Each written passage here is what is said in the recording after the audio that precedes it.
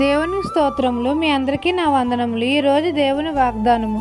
అతిశ్రేష్టమైన గోధుమలు అనుగ్రహించి నేను వారిని పోషించుదును. కీర్తనల గ్రంథం 81వ అధ్యాయం 16వ వచనం. మన దేవుడైన యెహోవా మనకు కృపయు సమాధానమును ఘనతయు అనుగ్రహిస్తాడు. మనందరికీ అశ్రేష్టమైన గోధుమలు అనుగ్రహించి మనల్ని పోషించుదును అని మనతో సెలవిస్తున్నారు. మన తండ్రి తన ప్రజలతో తన భక్తులతోనూ శుభవచనములు పలుకుతున్నాడు. కొండ తేనెతో మిమ్మల్ని తృప్తిపరుస్తాను అంటున్నాడు.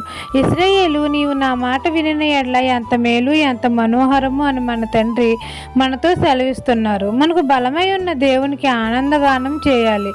యథార్థంగా ప్రవర్తించే వారికి ఆయన ఏ మేలును చేయక మానడు. తండ్రి చెప్పిన మాటలు మనం వినిన ఎడల మనందరికీ అశ్రేష్టమైన గోధుమలు అనుగ్రహించి మనల్ని పోషిస్తాడు. మంచి గోధుమలతో మనల్ని తృప్తిపరుస్తాడు. మన సరిహద్దుల్లో సమాధానం కలగజేసి మన పిల్లలను ఆశీర్వదిస్తాడు.